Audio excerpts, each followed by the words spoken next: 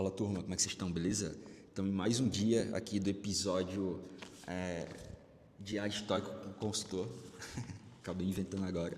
Mas assim, eu estou registrando esses meus insights porque eu sei que de alguma forma me ajuda, me melhora, principalmente em relação à minha comunicação, a assertividade do ângulo de comunicação que eu coloco e além disso me estimula a estar sempre produzindo e estando em movimento também, né? Não é à toa que eu pensei em criar esse quadro aqui, afinal de contas é algo que eu particularmente sempre implemento no meu dia a dia, que é o estoicismo, busco o máximo que eu posso e eu sei que de alguma forma também vai contribuir bastante para vocês que acompanham, né? E parece meio clichê, mas o fato acho que eu tenho certeza que é um sentimento verdadeiro que cara, se de 100 pessoas me assistirem, 100 que seja, 200, uma só conseguir implementar e mudar alguma coisa positivamente na vida dela, já valeu. Tá? Então, por isso que eu faço isso aqui também. Parece meio clichê, mas é puramente verdade. E aí, nessa passagem do livro, fala exatamente sobre trabalho é terapia.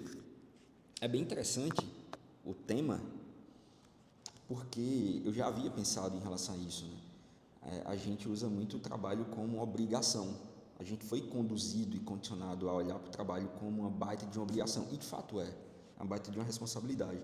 Mas a partir do momento que a gente está fazendo aquilo que a gente não curte fazer, aquilo se torna um peso e vai contra exatamente esse tema, trabalho é terapia. A gente acaba precisando de terapia por conta do trabalho, né? Quando infelizmente está fazendo coisas que você sabe que não é tão bom e que você está ali por obrigação e por comodismo, né? E medo, porque a maioria das pessoas que eu vejo estando num ambiente e num lugar, numa função que não gostaria, é puramente por medo de mudança.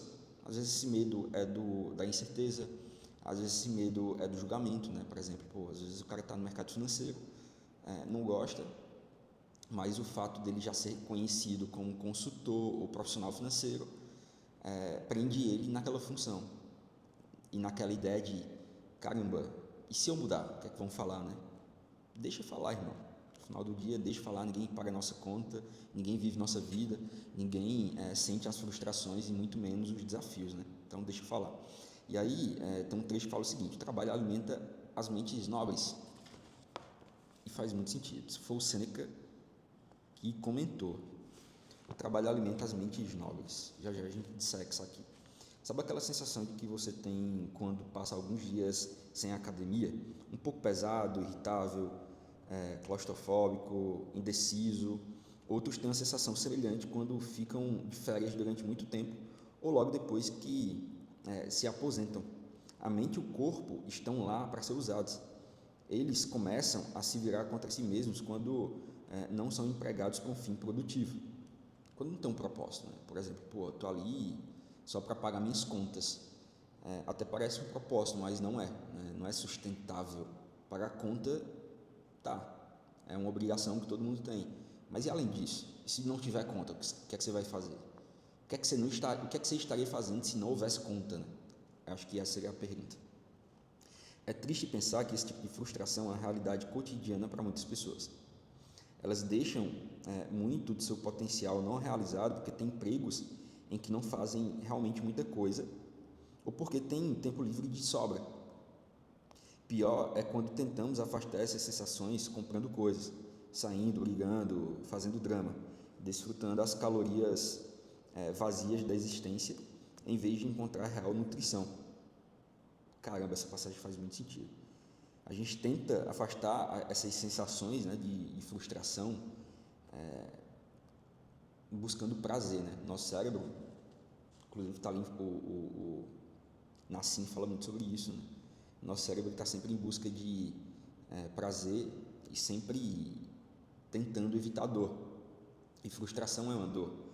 E a gente busca afastar as frustrações do trabalho comprando muito, consumindo muito alimento, né? Comendo demais, exagerando em algum ponto. Eu parto muito da ideia de que todo excesso esconde uma falta. E geralmente é importante, né, a gente buscar entender essas faltas, né, esse exagero. Desfrutando as calorias vazias, que basicamente é comprar coisas, saindo, discutindo, fazendo drama, brigando.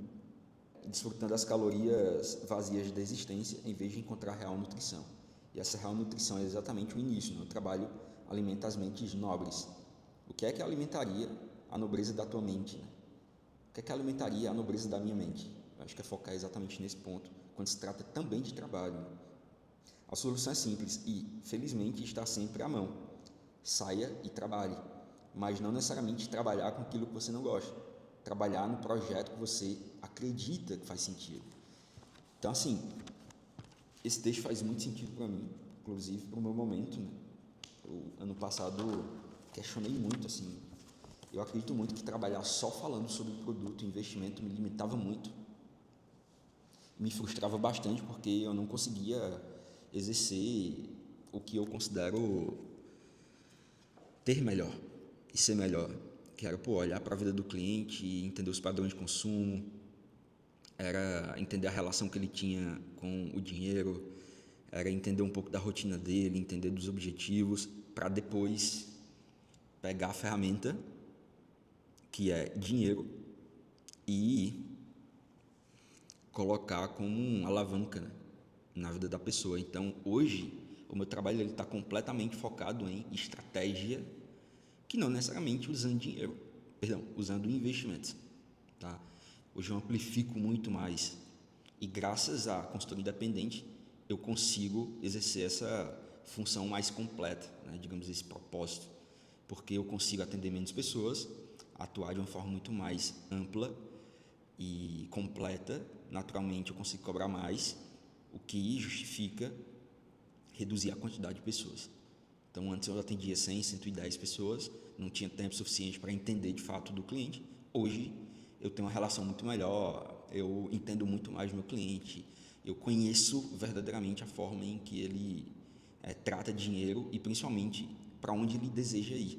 E aí eu consigo mapear muito bem, né, desenhar muito bem a estratégia e, graças a Deus, ser mais essencial na vida do cliente, né?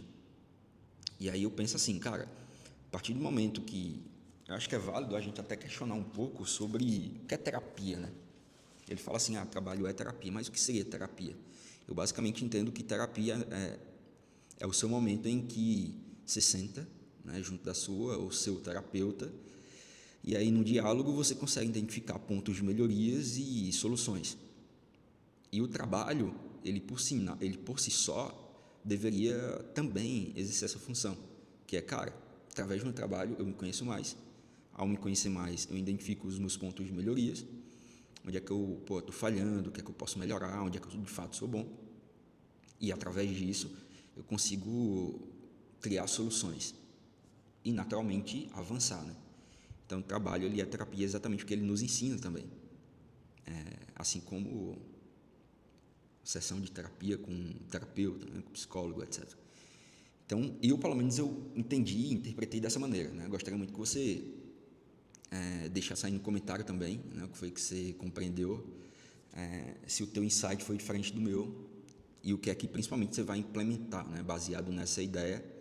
Isso fez sentido também, né? Comenta aí. Eu parto muito da ideia de que não existe verdade absoluta, até porque a visão que eu tenho a respeito de um ponto é diferente da visão que você tem em relação ao mesmo ponto. Então, eu tenho uma visão em relação a esse assunto, certamente você tem uma visão diferente, e eu gostaria muito do teu comentário para eu buscar entender tua visão também, beleza?